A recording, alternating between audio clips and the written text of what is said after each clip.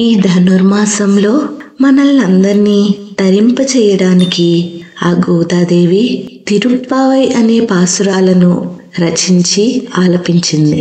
ఈ పాసురాల ద్వారా ఆ విష్ణువుని మనం ఎలా చేరుకోవాలో చెప్పింది.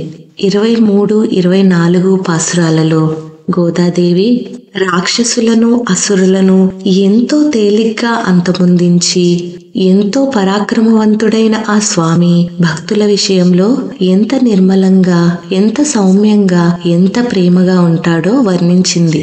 ఇలా తిరుప్పావై పాసురాలకు తెలుగులో అర్థం మీరు కూడా చూడాలి అనుకుంటే తప్పకుండా మంత్రస్వరం ఛానల్ని సబ్స్క్రైబ్ చేసుకోండి. ఇక 25వ పాసురంలో గోదాదేవి ఇలా చెప్తుంది.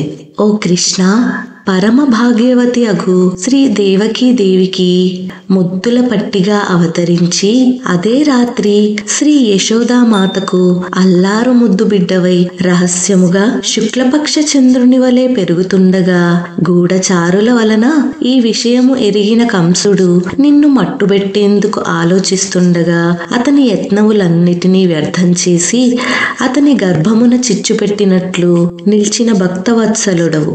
అట్టి నిన్ను భక్తిపూర్వకంగా ప్రార్థించి నీ సన్నిధికి చేరినాం. మాకు ఇష్టార్థమైన పర అనే పరికరాన్ని అనుగ్రహింపుము. ఇట్లు మమ్మ అనుగ్రహించిన శ్రీ లక్ష్మీదేవి ఆశపడదగిన సంపదను దానికి సార్థికపరచు నీ శౌర్యమును కొనియాడి విశ్లేషము వలన కలిగిన సంకటమును నివారణ చేసుకుని మేము సుఖిస్తాము. నీవిట్లు కృప చేయుట వలన మా ఈ అద్వితీయమైన వ్రతం శుభమగు సంపూర్ణమగును అని చెప్పింది.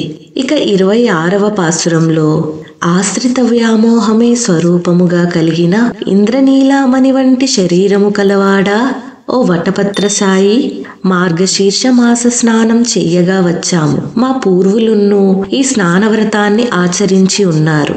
ఈ వ్రతానికి అవసరమగు పరికరములు నిన్నర్థింపగా వచ్చాము. దయచేసి ఆలకింపుము. భూమండలమంతా వణుకు కలిగించున్నట్లు ధ్వనించే పాల వంటి తెల్లనైన శంఖములు సరిగ్గా నీ పాంచజన్యము వంటివి కావలెను. అతి పెద్ద పర వంటి వాద్యములు కావలెను. మృదు మధురమైన కంఠముతో మంగళగానాలను పాడే భాగవతులను కావాలి. వ్రతంలో ముందుకు సాగే నిమిత్తం మంగళదీపం కావాలి. వ్రాత సంకేతములుగా అనేక చాందినీలు కావాలి. లోకాలన్నింటినీ నీ చిరుబొజ్జులో దాచుకుని ఒక లేత మట్టి ఆకు మీద పరుండిన నీకు చేతకానిదేమున్నది స్వామి? కరుణించి మా వ్రతము సాంగోపంగముగా పూర్తి చేయునట్లు మంగళ శాసనము చేసి వీటిని ప్రసాదింపుము అని వేడుకుంది.